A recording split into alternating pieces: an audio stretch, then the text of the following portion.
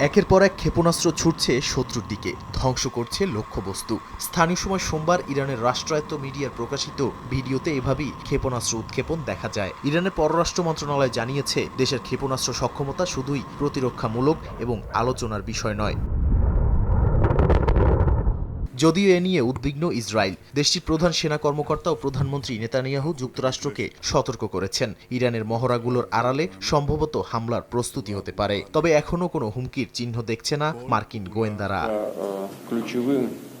Iran রাশিয়ার সঙ্গে যৌথভাবে ৩টি স্যাটেলাইট উৎক্ষেপণের প্রস্তুতি নিচ্ছে। পায়া বা তলু-৩, জাফার-২ এবং কওসার 1.5 স্যাটেলাইটগুলো ভূপর্যবেক্ষণ, কৃষি, পরিবেশ ও স্মার্ট ফার্মিংয়ে ব্যবহৃত হবে। পশ্চিমা দেশগুলো বলছে, স্যাটেলাইট প্রযুক্তি দীর্ঘ পরিসরের ক্ষেপণাস্ত্রের সঙ্গে সম্পর্কিত। এদিকে ইরানের সেনাবাহিনী সতর্ক করে দিয়েছে, শত্রু যদি কোনো পদক্ষেপ নেয় তা জেনে বুঝে মোকাবিলা করা হবে। সেনাপ্রধান জানান, সীমান্তে মোতায়েন থাকা সেনারা দেশকে রক্ষা এবং আত্মত্যাগের জন্য সর্বদা প্রস্তুত।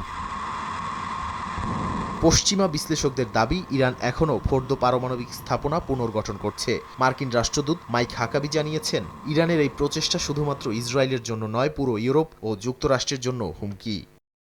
নাদিম মারজান, সময় সংবাদ।